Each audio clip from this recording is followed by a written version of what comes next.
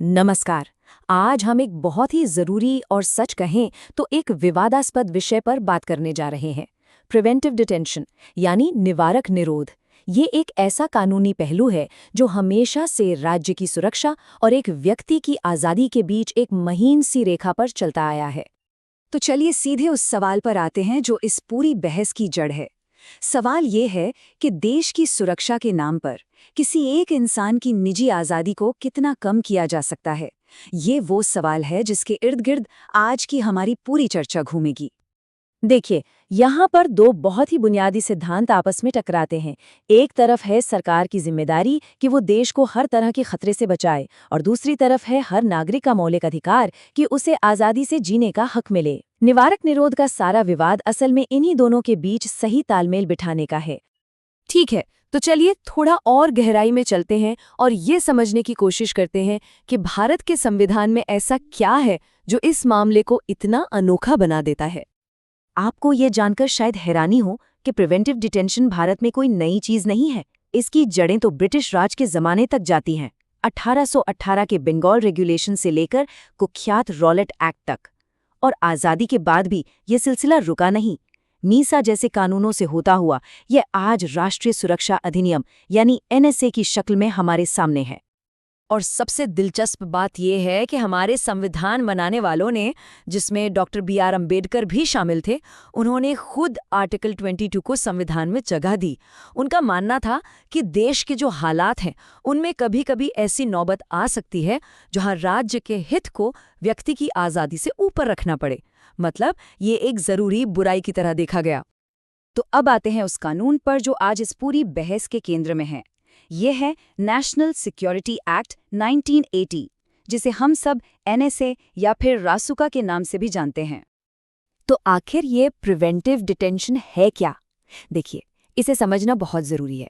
इसमें किसी को इसलिए नहीं पकड़ा जाता कि उसने कोई जुर्म किया है, बल्कि सिर्फ इस शक पर हिरासत में लिया जाता है कि वो भविष्य में देश की सुरक्षा या कानून व्यवस्था के लिए कोई खतरा बन सकता है। ये सज़ा नहीं, बल्कि एक तरह की रोकथाम है। तो एनएसए के तहत होता क्या है? प्रक्रिया कुछ ऐसी है। सरकार शक के आधार पर किसी को हिरासत में लेने का आदेश देती है। फिर कुछ दिनों के अंदर उस व्यक्ति को बताया जाता है कि उसे क्यों हिरासत में लिया गया है। इसके बाद एक एडवाइजरी बोर्ड, जिसमें हाई कोर्ट के जज होते हैं, वो मामले को देखता है। अगर बोर्ड को लगता है कि कारण सही है तो हिरासत को आगे बढ़ाया जा सकता है, वरना व्यक्ति को रिहा कर दिया जाता है। अब जरा इसके प्रावधानों पर गौर कीजिए जो इसे इतना ताकतवर और विवादास्पद बनाते हैं। एनएसए के तहत किसी को भी बिना किसी चार्ज या ट्रायल के 12 महीने तक हिरासत में रखा जा सकता है।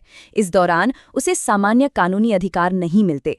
यहाँ तक कि एडवाइजरी बोर्ड के सामने अपना पक्ष रखने के लिए वकील करने का भी अधिकार नहीं होता।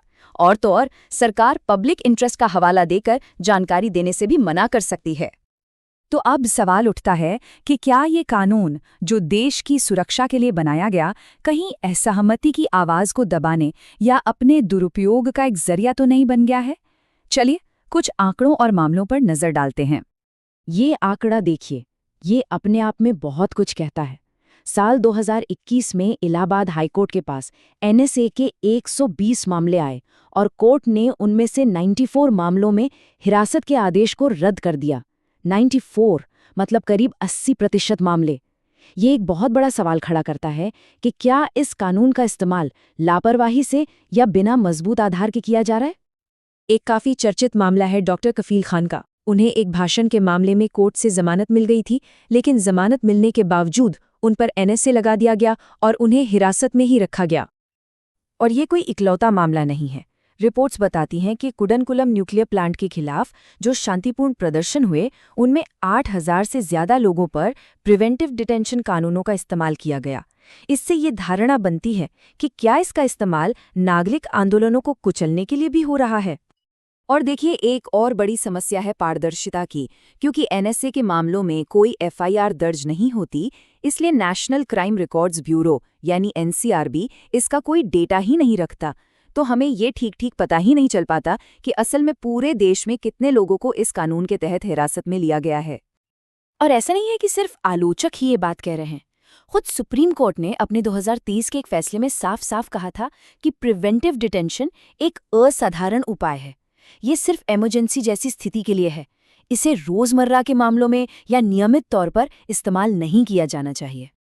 तो चलिए अब इस कानून को अंतर्राष्ट्रीय मानवाधिकारों के चश्मे से देखते हैं कि ये उन मानकों पर कहाँ खरा उतरता है। जब हम एनएसए की तुलना international covenant on civil and political rights यानी ICCPR से करते हैं तो एक सीधा टकराव नजर आता है। भारत ने इस अंतर्राष्ट्रीय संधि पर दस्तखत किए हैं, लेकिन एनएसए के कई प्रावधान जैसे मनमानी गिरफ्तारी, वकील के अधिकार से वंचित करना या तुरंत जज के सामने पेश न करना, ये सब उन अधिकारों का उल्लंघन करते हैं जिनकी गारंटी ICCPR देता है। तो इस पूरी चर्चा के बाद हम आखिरकार पहुंचते कहाँ हैं? क्या कोई रास्ता है और वो कौन सा सवाल है जिसका जवाब मिलना अभी बाकी है? कानून के जानकार कई तरह के सुधारों की बात करते हैं, जैसे कि जजों की निगरानी को और मजबूत बनाया जाए, संविधान के आर्टिकल 22 में ही संशोधन किया जाए, और अगर किसी अधिकारी ने इस कानून का गलत इस्तेमाल किया है तो उसकी भी व्यक्तिगत जिम्मेदारी तय हो। और अंत में हम आपको इसी एक सवाल के साथ छोड़े जाते हैं। वो कौन सी बारीक रेखा है जब देश की रक्षा के लिए बनाई गई एक ढाल अपने ही नागरिकों के खिलाफ एक हथियार में तब्दील हो जाती है? सुरक्षा और स्वतंत्रता, इन दोनों के बीच सही संतुलन कैसे बनाया जाए, ये शायद आज भारतीय लोकतंत्र के सामने सबसे बड़े सवालों में से एक है।